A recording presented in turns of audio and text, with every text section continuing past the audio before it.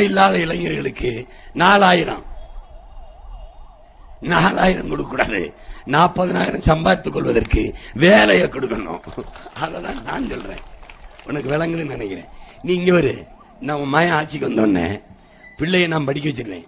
அம்மா அப்பாவுக்கு முடியல, உனக்கு முடியல, நான் வைத்தியம் பார்த்துருவேன், தண்ணீரை உனக்கு கொடுத்துருவேன், தடையற்ற மின்சாரம் தருவேன், எரிகாற்று ஊர்ல இருக்கிற தட்டுப்பாடு இல்லாம தந்துருவேன்.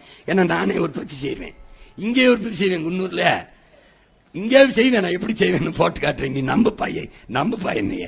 எல்லா பையனையும் தான் நம்பிட்டு ஒரு தூரம் பெத்த பிள்ளைய நம்புப்பா கொடுப்பேன். ஆனா ஓசியா தரமாட்டேன். பஸ்ஸுக்கு ஓசிலாம் கிடையாது. 2, 3 தான் இலவசம்னு எதையும் உச்சரிக்க கூடாது. கட்டணம் இல்லாத கல்வி உலக தரத்திற்கு. உலகத்தில் யாரு? பின்லாந்து, தென்கொரியா, சிங்கப்பூர் 3ஐயும் முந்திரான் உன் மகன். இனி உலக தரம்ங்கிறது தமிழ்நாட்டின் கல்வி தரம் தான். முந்திரன். மருத்துவம் எங்க அப்பாவுக்கு, என்னை பெற்ற தாய்க்கு, என் தந்தைக்கு, நான் பெற்ற பிள்ளைக்கு, என் துணைவிக்கு எப்படிப்பட்ட மருத்துவம் கிடைக்குன்னு ஆசைப்படுறனோ அது என்னை பெற்ற தாய் தந்தையர், என் மக்கள் எல்லாருக்கும் கிடைக்கணும்னு நான் நினைக்கிறேன், கொடுக்கிறேன்.